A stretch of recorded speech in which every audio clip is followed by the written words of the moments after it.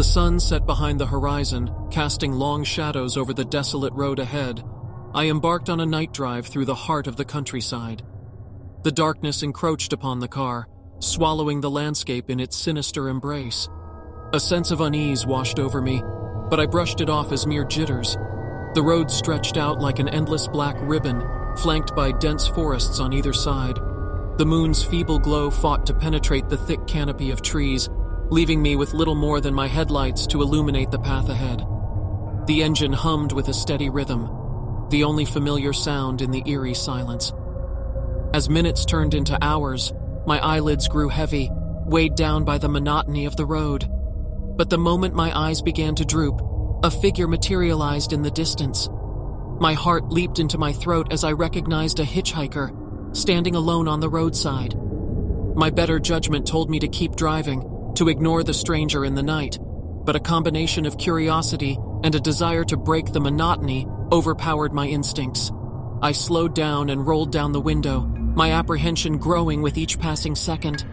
The hitchhiker's face was hidden beneath a tattered hood, leaving only a pair of piercing blue eyes visible. There was an air of malevolence that emanated from him, but I chose to ignore it. I couldn't let fear rule my actions. He approached the car, his steps unnaturally silent on the pavement. "Need a ride?" I asked, my voice trembling slightly. A sinister smile crept across the hitchhiker's face as he opened the passenger door and slipped inside without uttering a single word. The atmosphere inside the car changed instantly, growing colder, suffused with an ominous energy. A chill ran down my spine and I regretted my impulsive decision. The hitchhiker's presence was suffocating, the air heavy with an indescribable stench. The roads twisted and turned, taking us further into the heart of the unknown. The sound of the engine became distorted, replaced by a disconcerting melody that seemed to come from nowhere and everywhere at once. The rhythmic hum turned into a haunting symphony that echoed within the confines of the vehicle. As we continued our journey, I caught glimpses of twisted faces staring at me from the darkness outside. Their eyes glowed with an unholy fervor, their expressions twisted in agony. Fear consumed me as I realized I was surrounded by the tortured souls of the damned. Panic clawed at my throat, threatening to suffocate me. I mustered the courage to glance at the hitchhiker, only to find his malevolent smile had transformed into a wicked grin. His eyes burned with a sinister light, revealing his true nature. He was not just a hitchhiker, but a harbinger of doom, a conductor guiding me toward my inevitable demise. I tried to accelerate, to escape this nightmarish reality, but the car refused to respond.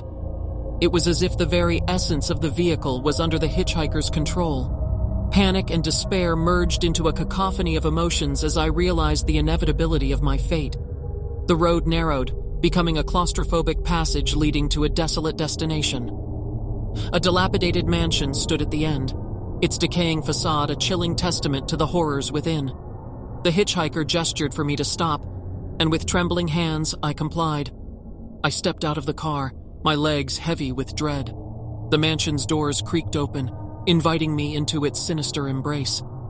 With each step I took, the walls closed in, breathing with a malevolent energy that threatened to consume me. The hitchhiker followed, his presence overpowering. Inside the mansion, I found myself surrounded by grotesque paintings, depicting scenes of suffering and torment. The air was thick with the scent of decay, and the distant echoes of tortured screams filled my ears.